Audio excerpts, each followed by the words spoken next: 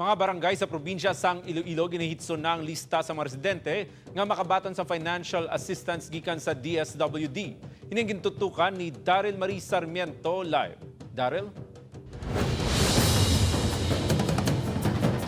Sa ginalauman sa karon sa mga residente sa probinsya sang Iloilo nga apektado sa ginapatuman nga ECQ labi na ang mga nadulaan sang palangabuyan ang bulig pinansyal gikan sa gobyerno.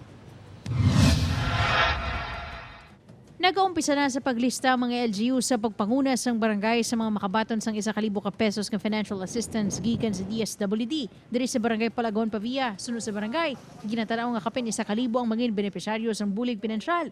Ginaproseso na ginahitso ang pinal nga lista sa mga ngalan sang benepisyaryo. Karon sa hapon, maka 100% na kay ipasulod namon sa computer kay maagi di supuas ang DSWD for evaluation.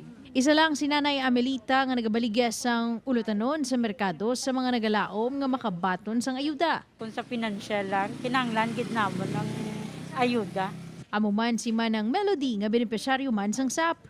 Pang allowance, adlaw-adlaw kag bayad sa bill kuryente o hanggang nga bulig sa tubig. Base sa guidelines ng DSWD, tubtub sa 4 lang ka miyembro sang pamilya ang mahimo makabaton sang tag 1,000 ka pesos nga assistance. Una na ginmanduan ni Iloilo Governor Sir Jr. ang mga alkalde nga hikuto na ang listahan sa mga kwalipikado nga benepisyaryo. Masobra sa 600,000 ang benepisyaryo sa probinsya kag syudad sang Iloilo nga ginpondohan sang 2.6 billion pesos. Sa target nga mahatagan sang financial assistance ang vulnerable sectors kaangay sang senior citizens, PWD, solo parents, subong man ang mga empleyado nga nadulaan sang trabaho bangod sa enhanced community quarantine kag low income individuals. Said?